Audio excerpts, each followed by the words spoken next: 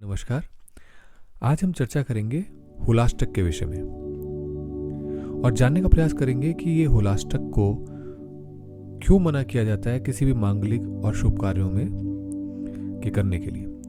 क्यों ये कहा जाता है कि किसी भी शुभ कार्य की प्रारंभ इन होलाष्टक में नहीं किया जाता, और साथ ही समझने का प्रयास करेंगे कि किस प्रकार से होलाष्टक हमारे जीवन में बहुत अधिक महत्वपूर्ण है, कैसे वो हमारे जीवन में बहुत कुछ परिवर्तन उपस्थित कर सकते हैं, उत्पन्न कर सकते हैं और हमारे अंदर उस तत्व को तक हमें पहुंचा सकते हैं जिसके लिए हम सारे वर्ष भर प्रयास किए हों।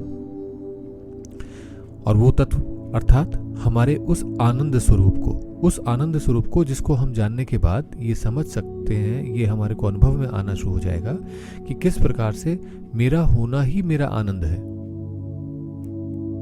तो प्रारंभ करते हैं। आपने अनुभव किया होगा कि ये वो दिन है जिन दिनों में आपको हल्की हल्की सी थकान सी, कभी नींद आती है दिन में, कभी ऐसा लगता है जान से निकल रही है, कभी हाथ में दर्द हो गया, कभी पैर में दर्द हो गया, कुछ ना कुछ इसमें इन दिनों में चलता रहता है। और इसका कारण ये है कि मौसम का बदलाव आता है, सर्दी जा गई होती है, चली गई होती है और गर्मी आ रही होती है। इस प्रकार मौसम के बदलाव में एक विचित्र सा अनुभव हमारे अंदर हो रहा होता है, जिसमें हमें अपनी ऊर्जाएं रीअलाइन होती हुई महसूस होती हैं, दोबारा से व्यवस्थित होती हुई अनुभव होती हैं। तो इस पूरे कालखंड को, जो ये 8 दिन का पीरियड होता है, इसे होलाष्टक कहते हैं। अब इसको अगर हम थोड़ा और गहराई से समझने का प्रयास करें तो होता क्या है कि नवग्रह अपनी अपनी नेगेटिव ऊर्जाओं का प्रभाव इस समय बढ़ जाता है। तो हर दिन जो है किसी न किसी ग्रह की ऊर्जा, उसका नेगेटिव प्रभाव वो बढ़ने लगता है, और उसके बढ़ने के कारण से हमारे मन में जो विचार उठ रहे हैं, जो हमारा डिसीजन लेने की क्षमता है, जो हमारे कार्य करने की कुशलता है, उसके ऊपर असर पड़ता है। और इसीलिए कहा जाता है कि किसी भी मंगल कार्य को, शुभ कार्य को इस समय करने में हमारे अपने ही अंदर से हमें वो नेगेटिव अनुभव होने शुरू हो सकते हैं, या वो अवस्था हो सकती है जिसमें हम गलत डिसीजन लें या गलत प्रकार से उसको संपन्न करने की कोशिश करें। इसको अवॉइड करने के लिए, या इसको जो है ऐसा ना हो किसी भी प्रकार से, उसका ध्यान रखने के लिए सरल भाषा में ये कहा गया कि आप किसी भी मांगलिक कार्य को इस समय प्रारंभ ना करें। साथ ही अगर आप देखें तो ये हमारे आध्यात्मिक जीवन के लिए बहुत श्रेष्ठ अवसर भी बनता है। उसका कारण ये है कि हम सारे वर्ष चेतना की बिंदुओं को एकत्रित करने के लिए हमारे को बार बार अवसर मिलते हैं। कभी महाशिवरात्रि आती है, कभी जन्माष्टमी आती है, कभी दिवाली आती है। तो इस प्रकार से अनेक अवसर हमारे जीवन में उत्पन्न होते हैं, उपलब्ध होते हैं, जिनके माध्यम से हम अपने जीवन को संपन्न कर सकें। लेकिन अगर मान लीजिए ना कर पाए हों तो ये निराशा की अवस्था ना रहे। इसीलिए हिंदू कैलेंडर के हिसाब से जब साल खत्म हो रहा होता है तो उस समय ये अष्टक लगते हैं, और ये अष्टक 8 दिन तक वो नेगेटिव ऊर्जाओं को निकालते हैं। इसी प्रकार से हम भी अपने शरीर से निकालते हैं। और हमारे अलावा देखिए आप चारों ओर, तो आप देखेंगे कि पेड़ों से भी पत्ते झड़ने शुरू हो जाते हैं। वो भी अपनी उन सभी ऊर्जाओं को, इम्बैलेंसेस को, एनर्जी के रीअलाइनमेंट करते हैं, दोबारा से पुनः व्यवस्थित करते हैं। तो ये वो अवस्था है, वो क्षण है हमारे पास, जिनका अगर हम उपयोग करें तो अपने जीवन में जो कुछ हम पूरे वर्ष में नहीं कर पाए हैं, वो प्रकृति की मदद से, उन नेगेटिव ऊर्जाओं के निकलने की मदद से हम स्वतः ही अपने अंदर उसको पा सकते हैं। तो इस प्रकार से ये होलाष्टक, जहां एक और मांगलिक और शुभ कार्यों के लिए मना किए गए हैं, वहीं इनमें ये तो नहीं कहा गया कि आप अपने स्वरूप में स्थित ना हो, या अपने जीवन के दैनिक कार्यों को छोड़ दें या ना हो। ये तो नहीं संभव है, ये तो नहीं कहा गया। आपको जैसे है वैसे ही रहना है, उसी सरलता के साथ अपने जीवन का यापन करना है, और सिर्फ एक गुणात्मक परिवर्तन अपने अंदर करना है। वो गुणात्मक परिवर्तन क्या होगा? अपने होश को साधना, इन सारी नेगेटिव ऊर्जाओं के माध्यम से और शरीर से निकलती हुई ऊर्जाओं से जो कुछ भी हो रहा है, घटित हो रहा है, उस सभी कुछ घटित होते हुए को देखना, इतना ही सफिशिएंट है, इतना ही काफी है। अब आप समझ गए होंगे कि होलाष्टक हमारे लिए कितने अवसर हो सकते हैं। आप समझने का प्रयास करते हैं कि किस प्रकार से हमारे यहाँ पुराणों में क्या कथा दी गई है, जिसके माध्यम से हम इसे थोड़ा सा और स्पष्ट रूप से समझ सकें। तो ये कहानी हिरण्यकश्यप एक राजा होता था, असुर राजा, उसके समय की है। उसका एक पुत्र थे जिनका नाम था प्रहलाद। उसकी ये सारे राज्य में उसने मियादी कराई हुई थी कि कोई भी जो भगवान की पूजा करना चाहता है तो वो हिरण्यकश्यप को ही भगवान समझे और उनको ही भगवान रूप में पूजन करे। अगर उनके अतिरिक्त किसी की भी पूजा करेगा तो वो उसके राज्य में नहीं रह सकते।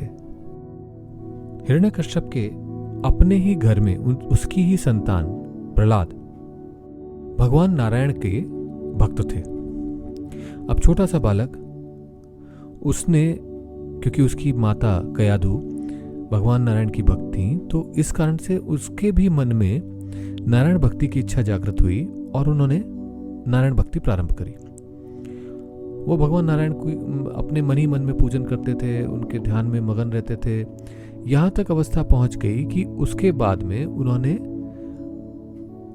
अपने पिता के समक्ष भी नारायण का गुणगान करना प्रारंभ किया, जिसके कारण से वो अत्यंत क्षुब्ध हो गए, क्रोधित हो गए और हिरण्यकश्यप ने डिसाइड किया कि वो प्रहलाद को उस प्रकार का दंड देंगे ताकि उनके देश के अन्य किसी व्यक्ति को फिर पुनः नारायण की भक्ति का प्रयास भी ना कर पाए। और इसलिए उन्होंने प्रहलाद को समझाना प्रारंभ किया, पर प्रहलाद नहीं माने।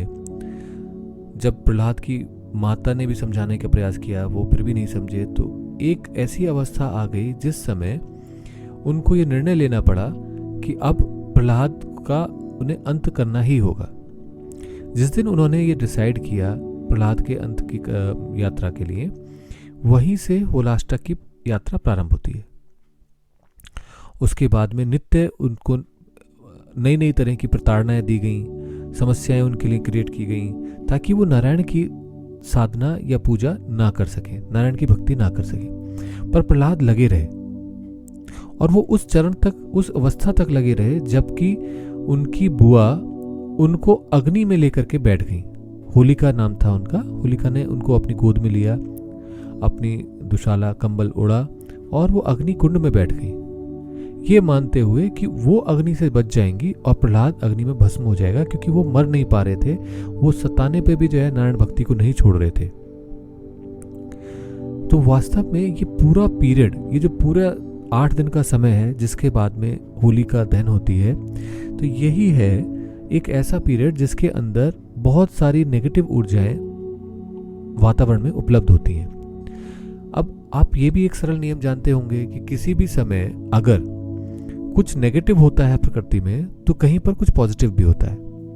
तो अगर चारों ओर बाहर वातावरण में बहुत सारी नेगेटिव ऊर्जाएं फैल रही हैं तो हमारे अंदर भी कुछ ना कुछ सृजन हो ही रहा होगा, पॉजिटिव एनर्जीज बन ही रही होंगी। और अगर ये अटूट अखंड सत्य है तो इसका अर्थ यह है कि हमारे अंदर भी कुछ वो पॉजिटिव बन रहा होगा। वो पॉजिटिव को हमें खोजने की आवश्यकता है, समझने की आवश्यकता है। और ये जो पॉजिटिव है यही है हमारे अपने मूल स्वरूप तक पहुंचने का एक जरिया। अब आप समझ के देखिए इसको कि जो कुछ हम अपने आप बारे में बार बार पूछते फिरते हैं दूसरों से कि मैं कौन हूँ, मैं क्या हूँ, कहाँ से आया, क्यों आया, क्या करना है मुझे, अब मेरे लिए फ्यूचर में क्या होना चाहिए, और हम हर समय इन्हीं सभी सवालों को ढूंढते ढांढते रहते हैं। उसके शब्द अलग अलग हो सकते हैं, उसके सोचने का तरीका अलग अलग हो सकता है। तो ऐसे में ये वो व्यवस्था है, वो अपॉर्चुनिटी है जो हमारे जीवन में ये संभव कराती है स्वतः ही, क्योंकि चारों तरफ जब नेगेटिव एनर्जी अपने आप ही बन रही है तो आपको तो कुछ करना ही नहीं है, आपको तो सिर्फ होश साधना है। बाकी तो पॉजिटिव एनर्जी अपने आप ही आपके अंदर भी डेवलप होनी शुरू हो जाती है। तो इस अवस्था को, इसको प्राप्त करने के लिए होलाष्टक एक अत्यंत महत्वपूर्ण अवसर है, इसका हमें उपयोग करना चाहिए। आज के लिए इतना ही। अगले चरण में हम चर्चा करेंगे कि किस प्रकार से होलाष्टक का क्या प्रयोग करें, कैसे उपयोग करें इसको, ताकि हम अपने जीवन को और सफल और संपन्न कर सकें, और किस प्रकार से होलाष्टक डे बाय डे, प्रतिदिन हमारे जीवन को असर करता है। इसको हम समझने का प्रयास करेंगे अगली बार। नमस्कार।